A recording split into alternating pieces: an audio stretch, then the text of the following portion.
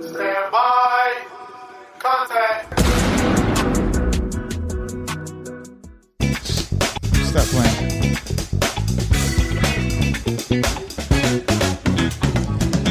Good morning, good afternoon, good evening, ladies and gentlemen. This is Pit Talk, pulling pits and opinions with your host, Gunny G, where service members help service members, period.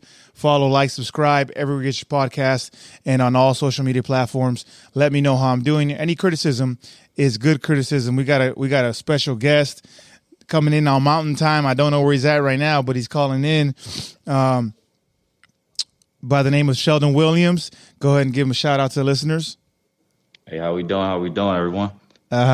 Thanks for coming. Thanks for getting on. Thanks for coming on. I appreciate your time and thank you for your service officially. Right.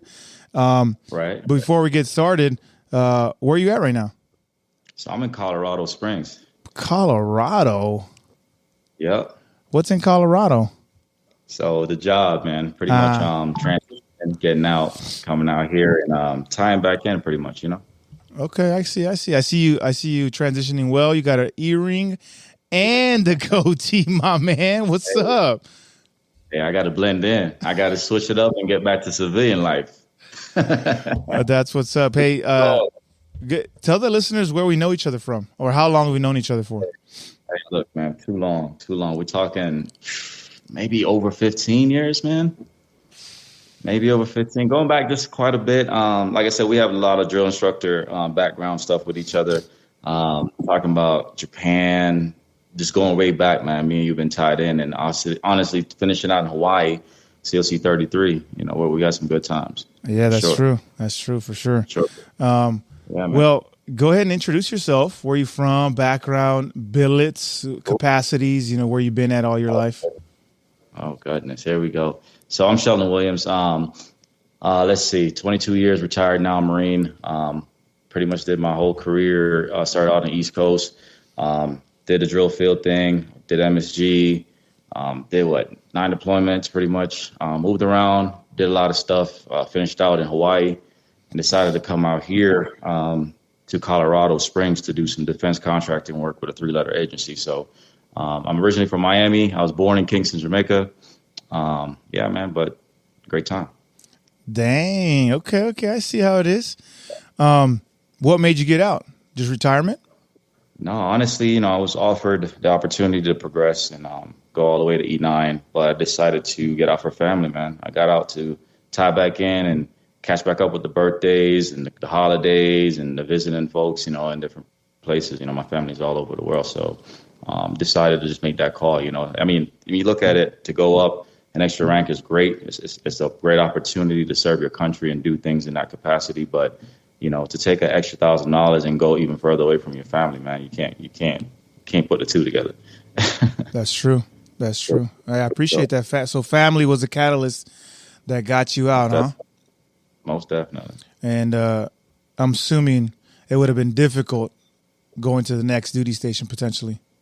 Oh, definitely. And then, you know, the higher you go, man, it gets that much more limited in places you can go and what you can do, especially with the job. So definitely was not putting me somewhere close to family or loved ones. So, yeah, definitely made that decision, man.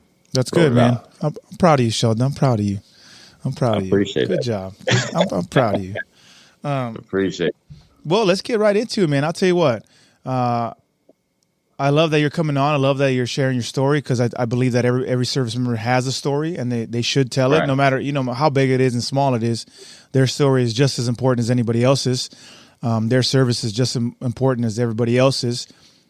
Tell me, since we're talking about transition retirement, what's some of the cons transitioning? Like, hey, this is what I could have done better transitioning from civilian or service member to civilian. Touch that piece real quick.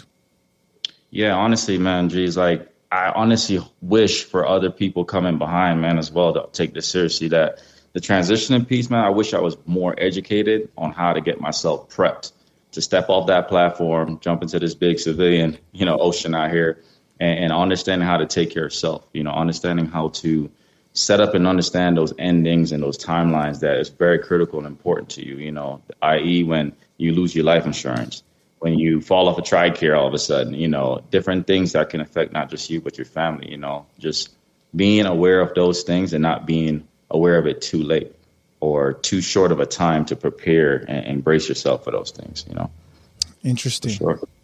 Is there anything, well, get more specific on it.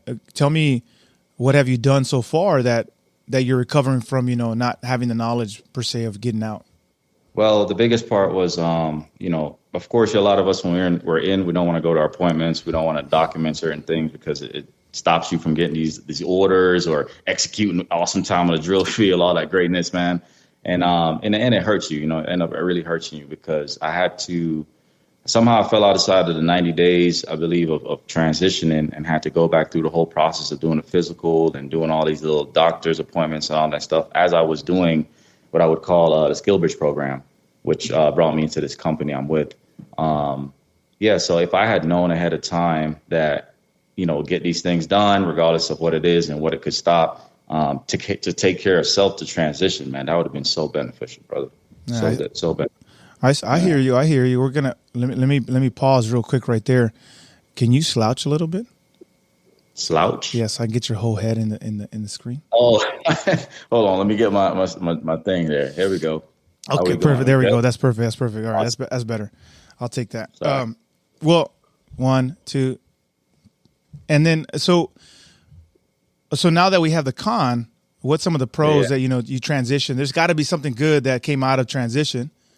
Yeah, well, I'll tell you this much, man. There was actually one more con. The one con is you come out here and you feel like you're somebody. You're nobody, man.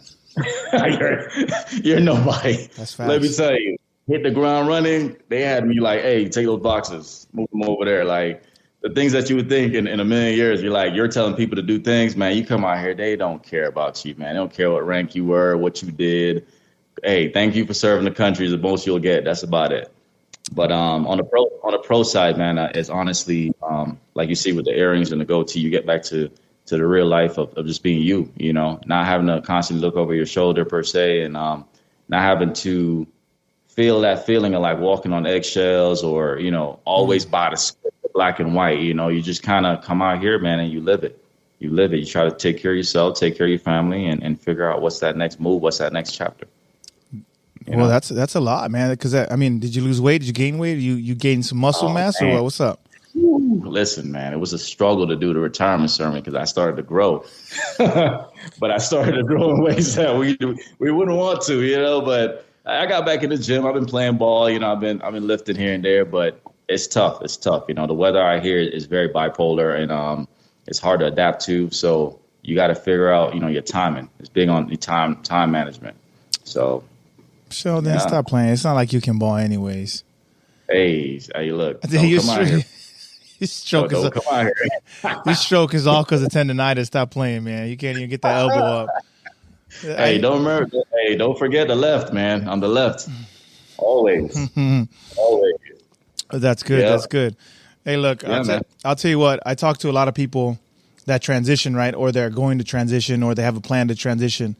And they all say the same thing. They say, look, you're coming in. Thank you for your service, but you should prepare to get out.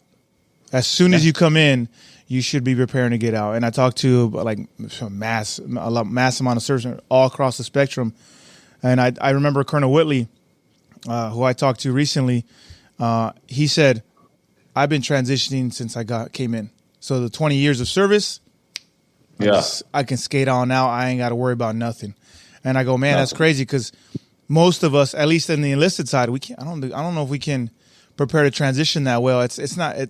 It's easier. It sounds easier than it's really done because we're GP on the working schedule, on the line, doing whatever we got to do.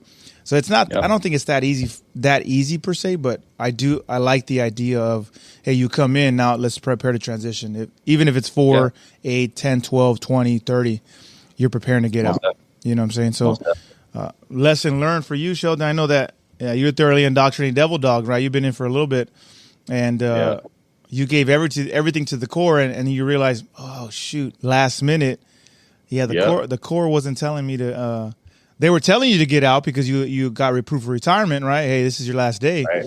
But that was it. You know as a Marine how to execute, so execute the transition. Unfortunately, some of us execute at a later time or closer to our EAS. So I think that was the same thing for you. Yeah. Yeah, definitely. Let's The biggest part. go ahead. No, I was just trying to say, like, the biggest part again is you can never prepare enough, and the more you can do before you actually decide to make that decision to get out, man. You're committed. That's what's going to help you and set you up and your family, man, to be successful when you get out. For me, me personally, man, I've always been grinding in a lot of directions, so I was already set up and not dependent on the military for about 15 years plus before I got out. So it wasn't a hard decision. It was a hard decision because deep in my heart, once a Marine, always a Marine. And I was ready to go high and above for the Marine Corps in the sense of trying to do 30 years. But once you get to 20 years, man, it's an honest call for everyone that's in right now. Like, who are you doing it for? Once you've done it all, and I've touched it all, who are you doing it for? Yeah, that's good. Right? It's become selfish at that point. Yeah, I'm telling you. And how did you communicate that with your wife and your family, immediate family? Yeah, so it was easy because at the time, they're still in, and I am already past that time period of passing 20 years. So it was more so passing the torch, man. Like, hey, you know what? You got it from here. I think I've done enough. It's not every day you get a chance to deploy that much, man, and come back and be in one sound mind and body and everything. So how much more time am I going to put myself in that predicament and hope for the best, right? So you just got to thank God that, he carried you this far and be able to accept it, man. Accept it and ride that thing, like I said, all the way out. It's God's plan. Like, what is it? Who's the singer that God's plan? Is that Kanye? Who's that? I don't even know. Wonderful. I tell you. Wonderful. Oh, boy. Yeah. Hey, I was going to say, what you transitioned from Hawaii? You retired from Hawaii? Yeah, man. I left from Hawaii, came out here back in October. Like, it's been 9 months, I think, since I've been here. So I transitioned from Hawaii, flew out, have nothing here, no family, no nothing. That's crazy. And jumped right in the fire. Jumped in the fire, man. You got a house or you renting? What's up? Oh, man, you know me. I'm heavy on the real estate investment, man. So I bought 2 out here. This is one of my projects right here. I just bought this one. Stop. You're gloating. You're showing off now. That's enough. I know. Listen. I'm telling you, got prepared. That transition is real, man. Oh, shoot. You're in one of your spots right now? Yeah, this is one of the projects right here. I'm trying to fully move in, man, but I've just been here now for about 2-3 weeks. Okay. Is the family coming out? Or I know the wife was on. She was active duty, right? Yeah, she's in the Navy. She's doing recruiting out here, man. So she's in the other house we have down the way. We have another one down there, and she's at work. So her hours, we fluctuate.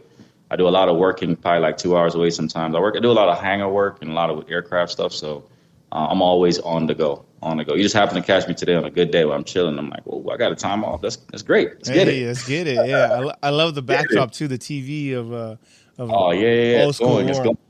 Man, yeah, I was watching I think it's the Sands of Iwo Jima that's going on back there earlier. Wait for my son to jump in the room and start changing it. No, trust me. I just put it on something to distract my son. Yeah, all right. Stop playing, Sean. You put on Sands of Iwo Jima because you're thoroughly indoctrinated. Look at you. In about a couple of minutes, he comes through that door. He's going to be Dora Explorer. So I take what I can get. That's funny. Hey, look, man, I'll tell you what. Pros and cons, doesn't matter. Not that I want you to complain about the Marine Corps, because it's not. The Marine Corps, I think, does any service gives you a platform. It's how the individual uses it that whether or not you benefit from. Let me ask you this though, man. I know that there's some key takeaways. Let's talk about some key takeaways of the Marine Corps. What's it provided you and your family? What's it provided you now going into the 3-letter agency where you work at? Yeah, it provided a structure, man, stability, having that vision to see just beyond today, tomorrow, down the road type thing, planning, having you develop, if you ever had a fear, to overcome fears, overcome obstacles. It definitely did a lot of those things for me and kept me, with that propelling motion forward to kind of do great things, I left home, like I said, at a very young age on the Marine Corps, about 17, got signed on and was straight at it, just constantly back to back, deploying, moving around, doing crazy stuff. But it definitely provided something for me that I know I wouldn't have got if I stayed home in Miami, Florida, in the streets where I came from, man. So definitely thankful for that, Hey, man, you got out the orange dub suit back in back in civilian attire, back on the streets. You know what I'm saying? I'll tell you what. How are you standing apart from your civilian counterparts? I mean, I'm assuming there's got to be prior service with working with you. Oh yeah, it's crazy. Yeah, on the floor right now, it's crazy because we have like 15 or more Marines that's like Lance Corporals on up to probably Corporal, I think is the highest rank we have out here, that they're all civilians now and they're working on aircraft and, from the aviation side supply.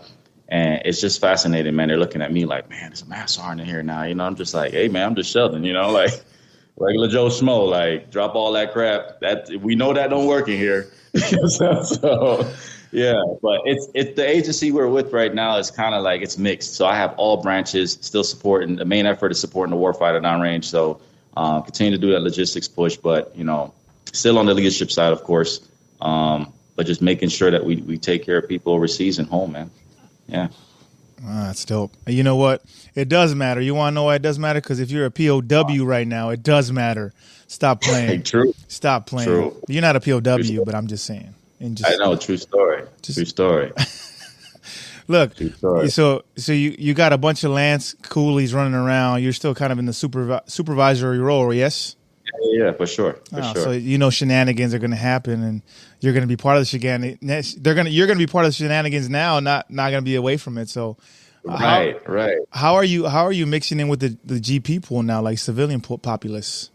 Oh man, it's so cool, man. I just blend right in. I get to work. I get the little music going because we can set the atmosphere where we work, and just love it, man. I mean, I blend in pretty easy. I've always been that person. I've never change the image of me or change the person. As much as you know me, lay back Will. Everybody call me even on the drill field, lay back Will. I never changed the speed and the tempo, no matter where I went. And that's the goodness I took with me is that, I went to the Marine Corps not to change myself, but to change life and what I was seeing and going through. But getting out was easy transition to get back in GP and kind of blend in with the folks, man. That's deep.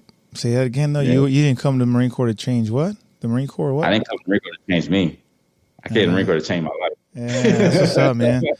That's what's up. That's what's up. Because I hear some stories. I was talking to a guy, Staff Sergeant Thickpin, shout out.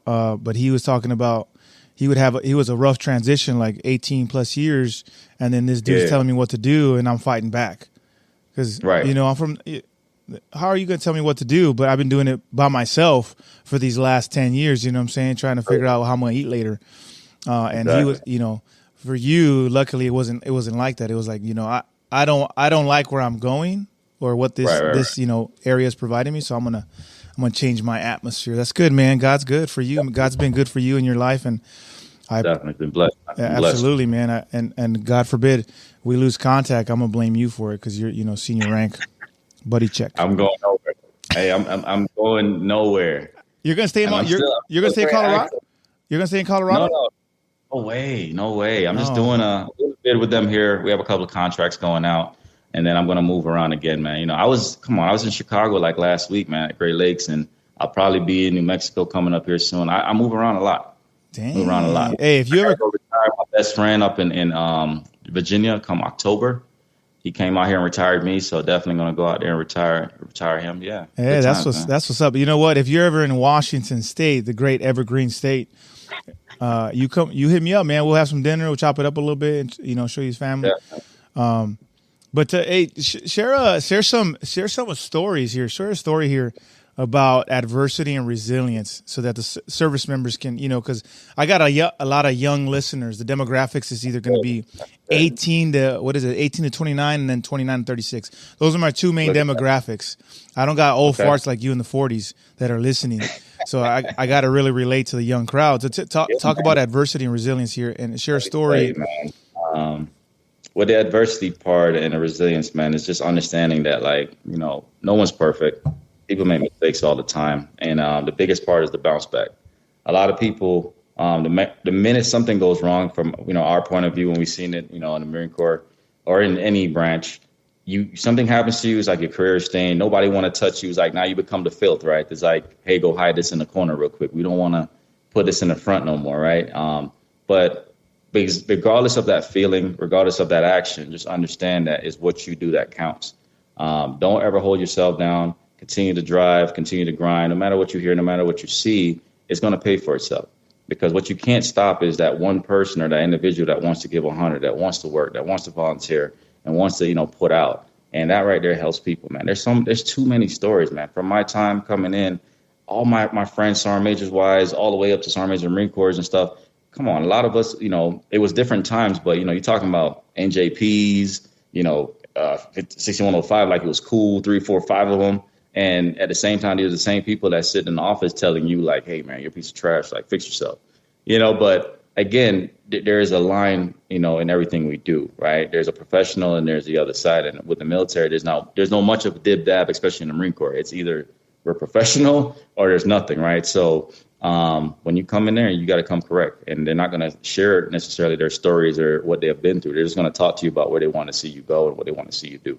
So just understand, you have to separate within yourself when it comes to you and your experience, what you're going through, and just strive from that, and become great. Always remember it can be worse.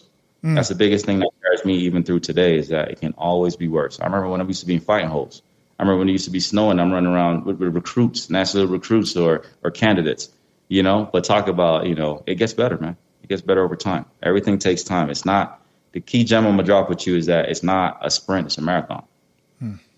That's good, always man. a marathon. I'll tell you what, I struggled on San Diego because I thought I had an idea of what I was doing as a hat, and then I went into survival mode, and then that's how I was the entire time, survival mode, and I survived, thank God, I survived with my family intact, thank God for that too, right? Because God forbid, and then that's tough. I kind of took that survival mode, and I've been in survival mode ever since. And then to touch on your piece, like, hey, you're a turd bag, and I was good up until staff sergeant, and then I got promoted to gunny, and then all I've been told is, hey, you're a turd, and it reflects on my evaluations. Like the section I comment says, hey, you're pretty good to go, but my score doesn't reflect what the comments are, right?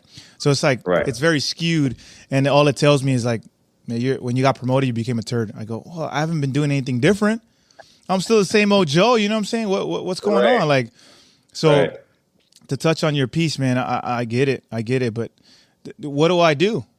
You know what I mean? What do they do? Or what do you do? Well, what you do, man, is you just don't give up. Sometimes it's personality. Everything, in different places you go to, you'll see is personality driven. Different leadership come with different leadership styles and the way they want to do things, how they interpret things. You just got to get in front of them sometimes. I've always been a person never say take no for an answer. I'm very big on like, oh, okay, so you're saying no, but is that your no or the Marine Corps no? Because I'm big on Marine Corps no versus your no, because your no can be skewed, it can be biased, and I always bypass those people and step over. That's why for the longest you know me, like it's quick for me to be like this with you, because if you're giving me something that I feel is BS, guess what? Step out the way, man. Because I could do this all day. I'll run circles around you. I get that answer that I really need. I don't want to get your opinion. I need the truth. I need to know what I need to do to keep moving. Because it was all about motion, you know what I'm saying? But yeah, for you yourself, just understand that, every time you kind of get that opportunity to go somewhere new, that's kind of like your start over, right? The biggest thing we always have with us is, I might have done bad here or whatever it is. I might have been the best or the favored, but now I'm going to move somewhere else. So guess what? That's your start over. Your clock starts over. Now it's a new person. New air environment, new people to lead, new people to be around. And that's your opportunity to pick up that whatever feeling or whatever issue it was and put it behind you, man. Put it in that little rucksack. Keep it pushing.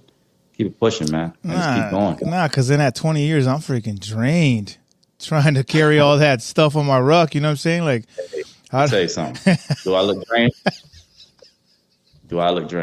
Nah. You look pretty healthy, dog. Not at all. I think your wrinkles went away too. I don't know what's going on up there. The forehead had wrinkles in Hawaii, and now it doesn't. Listen, I've been exfoliating, man, taking care of myself. You know what I mean? Because you be ashy, dog. Stop playing. Playing. I've been getting my little massage and my little aromatherapy time. I've been doing good. I can do things now I couldn't do before. Hey, the VA's covering that, isn't it? You have another meeting and another meeting. And so-and-so got to tell you about his life. Like, yeah, sure. I ain't got nothing to do. Oh, my goodness. That's what's up, man. Hey, tell how was Hawaii for us? How was Hawaii for you?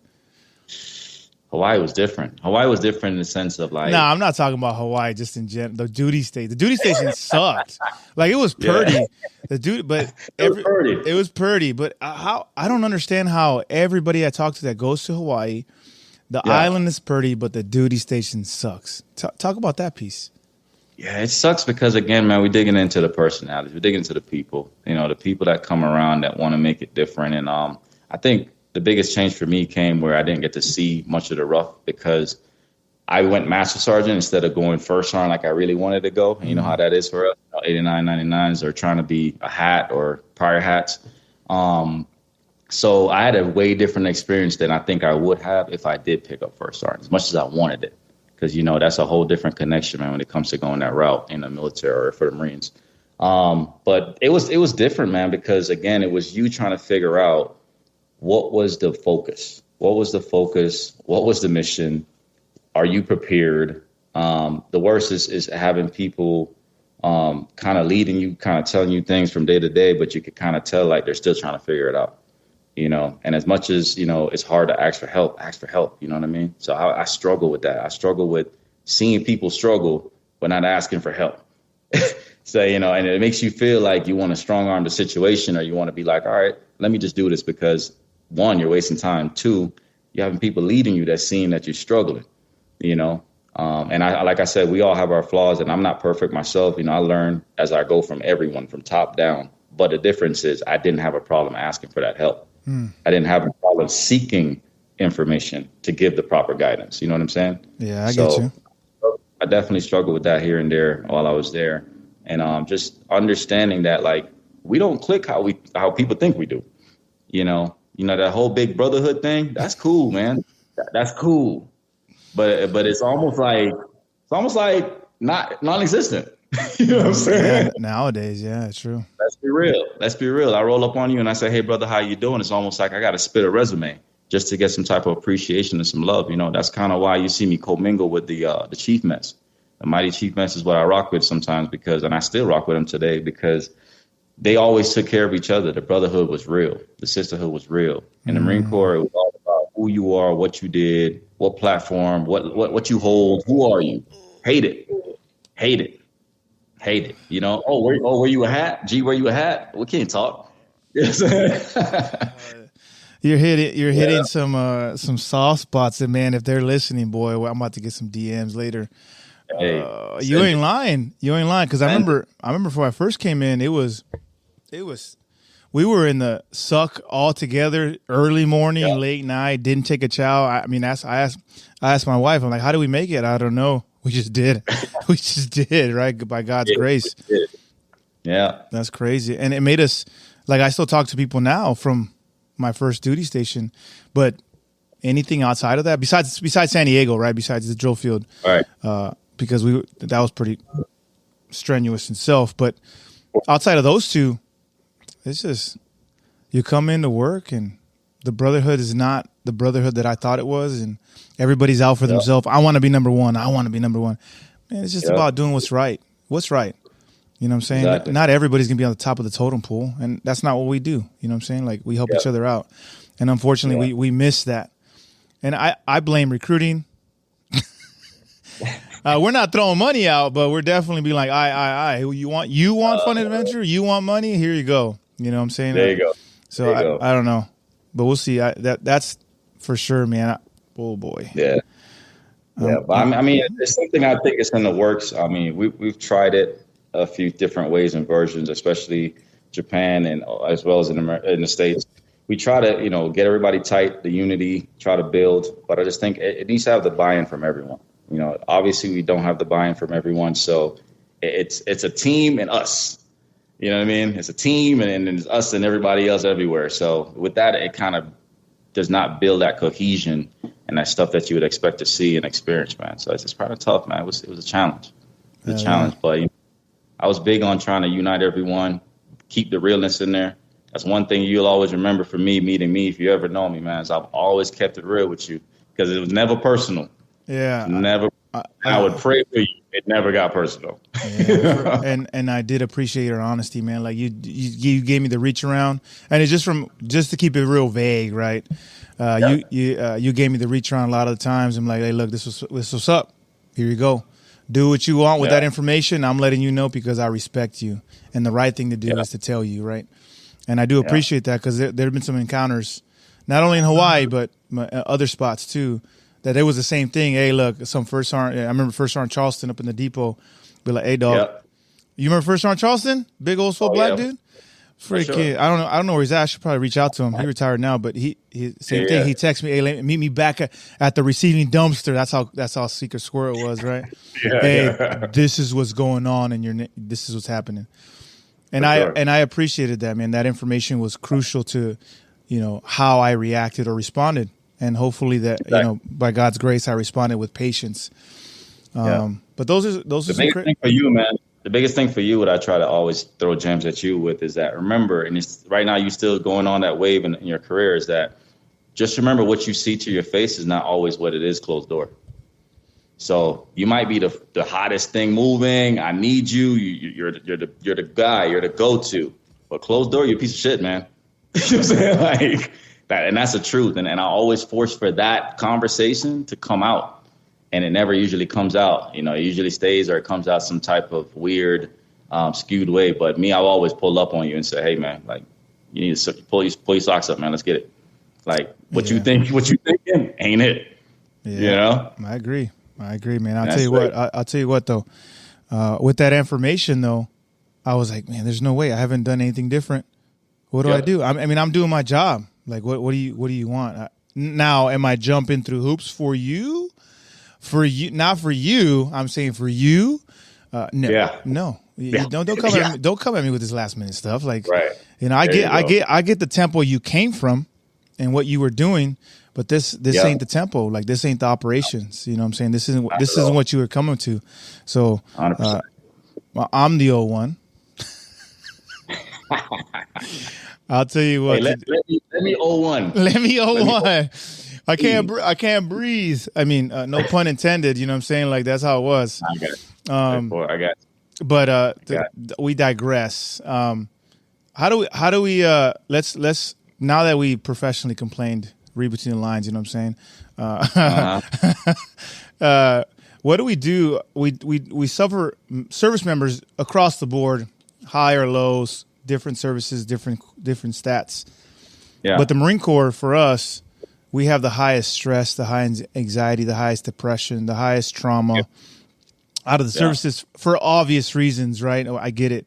From day one, we breed anxiety from the depot, and in OCS, we breed anxiety, stress, snap, like moving, right? And until the day we get out, that's how it's got to be, right? Because we're preparing for combat. I get it. I get it.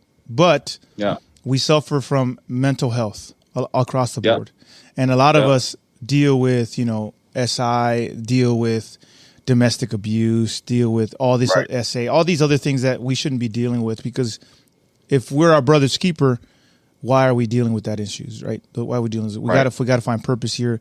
Give some advice, tools for the tool bag for those ones considering, and that are struggling with that mental health piece. I tell you like this, man. Don't ever think you're too good or I can fix self. There's some things you can fix and some things you can't, man. And the way you get tapped into, especially as us as drill instructor, when we were trying to break down that mold and rebuild, it's a whole different process, man. It's a whole different process when it comes to taking care of yourself and saying, yo, I need help. And there's nothing wrong with it, man. Up to today, I still got 2 or 3 people I call on the phone just to make sure I don't go out here and turn into a John Wick or something crazy, right? Because, you know what I'm saying? Because we know society is different. John Wick. Society is different. And we understand, like, we have a different world and mindset in how we do our thing, So a lot of us lose the idea of that, the human factor in you, or to understanding, even as a leader, to bring that communication across, that you're still a human. There's, people are still humans. And with the human side, we have to care about you and what's going on with you. It's not just, hey, suck it up, buttercup, and let's get it. Like, that whole process is cool for certain time and place. But when regular conversations can happen, man, they need to happen. Pull up on somebody, you see them look different, have that conversation, and not just say, well, sucks to be you, man. Guess what? Them boxes, they ain't going to move themselves. Like, that's not the way to go at it, man. You need to honestly pull up and say, look, I could tell somebody's off today. Give them that attention they need and make that call, make that proper call. Because that proper call saves so much time and saves lives, man. And you and I know, like, I've lost a good few in that process. But if I have known what I know today and continue to learn, man, definitely conversations would have been different. The biggest eye opener for me is when I sat in front of when I was part of the first Mart Div, man. And the general pulled up on me and she said, that young lady that's no longer with us, who was her best friend?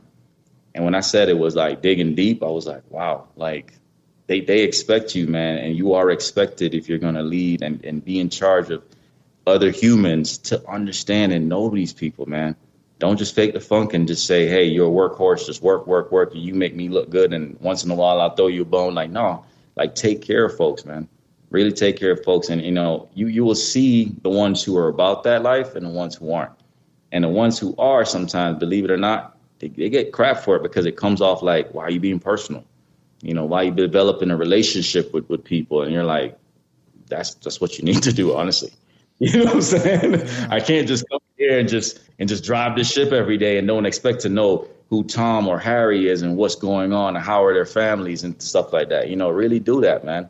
Really step out that box and step out that desk in your space, your personal space, and get to know folks, because you'll learn so much more, man. And I learned so much in the little time, even as I was transitioning from folks I was meeting, even getting out. And I was like, wow, like we have some great individuals fighting for our great nation, man. But they're not just a uniform, man. They're not just a number.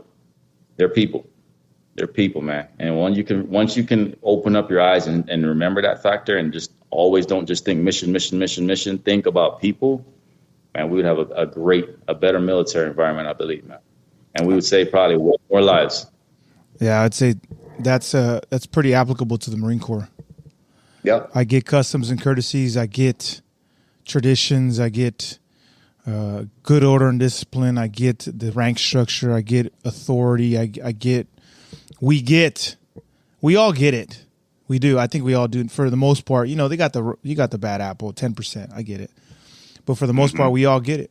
And because we all get it, it doesn't always have to be that way. You know what I'm saying? Like, right. I get the mission. That's why the Marine Corps accomplishes the mission the entire time. Right. Right. And my mission's never been not unexecuted. So talk to me here. I'm Israel, man. You're Sheldon, right? Laid back, right. Real. People. Right. People are the center of gravity, and that's what the 01 field. That's their one of their pillars is people are the center of gravity.